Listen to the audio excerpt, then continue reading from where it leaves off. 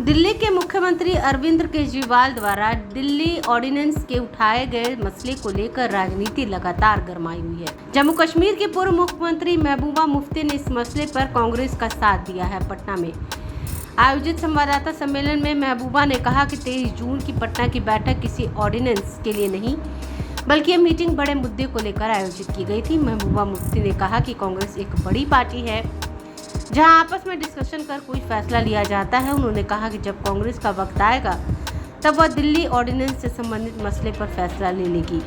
इसके लिए घबराने जैसी कोई बात नहीं है। ब्यूरो रिपोर्ट, आंखें न्यूज़ 24। सवाल है कि कल की बैठक में अरविंद केजरीवाल को लेकर के ये विवाद हो गया है कि उन्होंने बैठक छोड़ दिया और उनका जो ऑर्डिनेंस का इशू था उस पर कोई डिस्कशन बैठक में नहीं हुई। नहीं, ऐसी बात नहीं है। उन्होंने बैठक नहीं छोड़ी, वो पूरा टाइम बैठे रहे। लंच भी उन्होंने वहाँ लंच करने के लिए गए, वहाँ भी वो थे। उसके बाद प्रेस कॉन्फ्रेंस से पहले हो सकता है उनको कोई काम था। जहाँ तक ऑर्डिनेंस की बात है, मुझे लगता है कि कांग्रेस एक बहुत बड़ी पार्टी है, उनको आपस में डिस्कशन करना होता है। ये जो कल की मीटिंग थी ये ऑर्डिनेंस के लिए नहीं बनी थी, ये मीटिंग बड़े इश्यूज डिस्कस करने के लिए बनी थी। और जब ऑर्डिनेंस का वक्त आएगा तो कांग्रेस उसमें अपना फैसला करके वो बता देगी। तो मुझे नहीं लगता है कि इसमें कोई ऐसी कोई मतलब घबराने की कोई बात है। केजरीवाल का एक पुराना ट्वीट जो है वो सामने आया, अजय माकन ने रखा है। जब 370 हटाया गया था तो केजरीवाल ने उसे अच्छा कदम बताया था और इसी यही वजह है कि केजरीवाल के साथ खड़े होने में न सिर्फ कांग्रेस बल्कि बाकी पार्टियां मन ही मन हिचक रही है, क्योंकि वो थाली के बैगन की तरह इधर से उधर होते रहते हैं। देखिए, केजरीवाल जी से हमने वो शिकायत गिला जरूर किया कि जब हम पे बीती तो आपने तो उस वक्त उसका सपोर्ट किया और आज आप उसी जगह खड़े हैं। तो मेरा ये कहने का मतलब है जो आइडिया ऑफ इंडिया है वो ही हमको साथ लाता है। हमारे आपस में बहुत मतभेद हो सकते हैं, जैसे आपने देखा उद्धव ठाकरे साहब और हम एक साथ बैठे थे, जबकि हमारी आपस में जो बहुत डिफरेंसेस है, मेजॉरिटी डिफरेंसेस है आइडियोलॉजीज में, सोच में, बाकी चीज़ों में। मगर this is the idea of India कि आइडिया ऑफ इंडिया को कैसे बचाएं, गांधी के हिंदुस्तान को कैसे बचाएं, अपने कॉन्स्टिट्यूशन जो आपको हमको राइट देता है बात करने का, जिंदा रहने का, उस कॉन्स्टिट्यूशन को कैसे बचाएं। क्योंकि अगर आज हम इकट्ठे नहीं हुए तो कभी इकट्ठे नहीं हो पाएंगे और मुल्क नहीं रहेगा। क्योंकि जो मुल्क, मैंने कहा कि जब हमारे वजीर आजम बाहर चले जाते हैं तो जहाँ उनको इतना स्वागत होता है तो वो उनके लिए नहीं होता है, वो उस मुल्क के लिए होता है, गांधी के मुल्क के लिए होता है, जिसको वहाँ वो हार पहनाते हैं और वापसी पे आके वो जो उनकी कोई मेंबर पार्लियामेंट है तो वो गोडसे जी की पूजा करती है।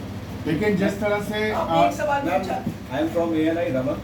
You all came up from with your own agenda, Kejriwal, you and Mamta. किया जाता था।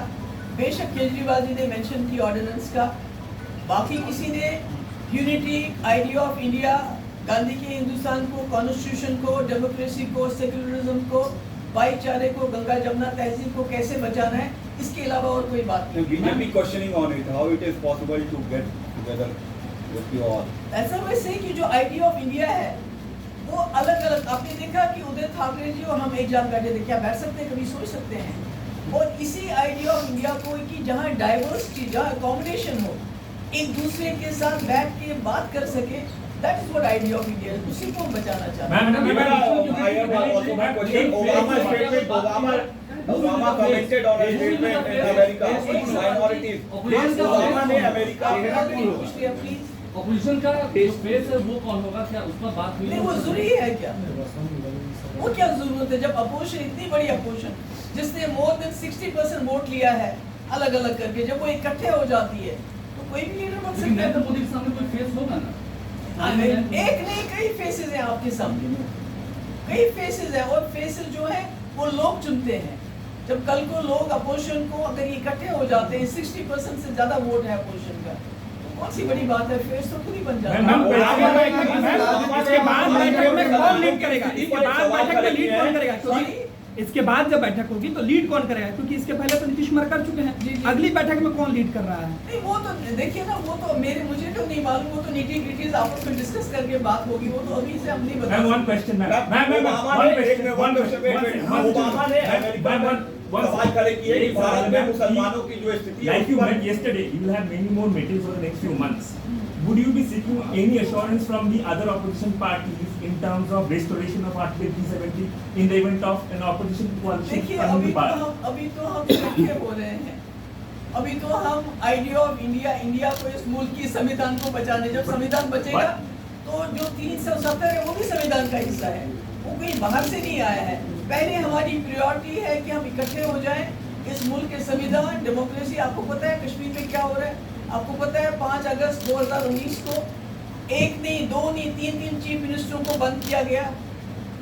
आप कोई एश्योरेंस लेंगे इनसे कि नहीं, हम कोई एश्योरेंस लेने वाले नहीं हैं, हम अपनी लड़ाई लड़ना जानते हैं, हम अपनी लड़ाई खुद लड़ेंगे। आप लोग गठबंधन कर रही हैं मैम, तो क्या आपकी जब सरकार अगर बनती है तो 370 फिर से लागू करेंगे जम्मू कश्मीर में? देखिए, मैं कह रही हूँ कि हमारी लड़ाई बहुत लंबी लड़ाई लड़नी है हमने।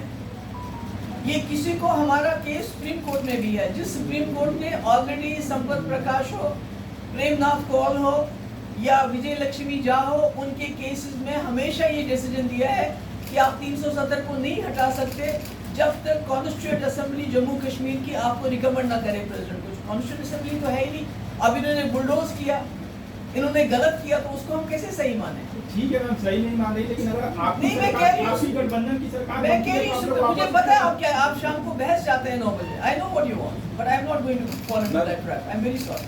प्रधान ओबामा ने एक स्टेटमेंट दिया है कि अगर मैं अमेरिका का राष्ट्रपति होता, अगर मैं अमेरिका का राष्ट्रपति होता तो मोदी जी से बात करता भारत में मुसलमानों की जो स्थिति है उसको लेकर। आप क्या सोचती है इस नहीं, स्टेटमेंट? मैं तो कह रही हूँ ये गांधी का मुल्क है, जो हमारी इज्जत होती है बाहर के मुल्कों में, वो इसलिए होती है, हम एक सॉफ्ट पावर है जिसको नेहरू ने बनाया, गांधी ने बनाया, अम्बेडकर ने बनाया। तो आज अगर हमारे मुल्क के अंदर जो एक दूसरे को, हिंदू मुस्लिम को लड़ाया जा रहा हो, लिंच किया जाता हो, मकाने दुकानों से निकाला जाता हो, और बड़े बड़े लीडर जो हैं बीजेपी के, बड़े बड़े मंच से मुसलमानों को धमकियां देते हैं, इनका बाइकआउट करो, उसका मैसेज तो गांधी के मुल्क से बाहर अच्छा नहीं जाता है। लोग तो बातें करेंगे, क्यों नहीं करेंगे? अगर आपने अभी तक हमारे चैनल को सब्सक्राइब नहीं किया है तो हमारे चैनल को जल्द से जल्द सब्सक्राइब करें, लाइक करें, शेयर करें और कमेंट करें। क्या आप पत्रकारिता के क्षेत्र में अपना कैरियर बनाना चाहते हैं? तो आज ही royal Ashoka institute of mass communication and journalism में अपनी जगह सुनिश्चित करें। आर्यभट्ट ज्ञान विश्वविद्यालय पटना से मान्यता प्राप्त 100% प्लेसमेंट के साथ royal Ashoka institute of mass communication and journalism नामांकन जारी है। हमारा पता है DS/16 गायत्री मंदिर के समीप, कंकड़ बाग, पटना 8,20,000। आप हमें संपर्क भी कर सकते हैं। हमारा मोबाइल नंबर है 9955456126।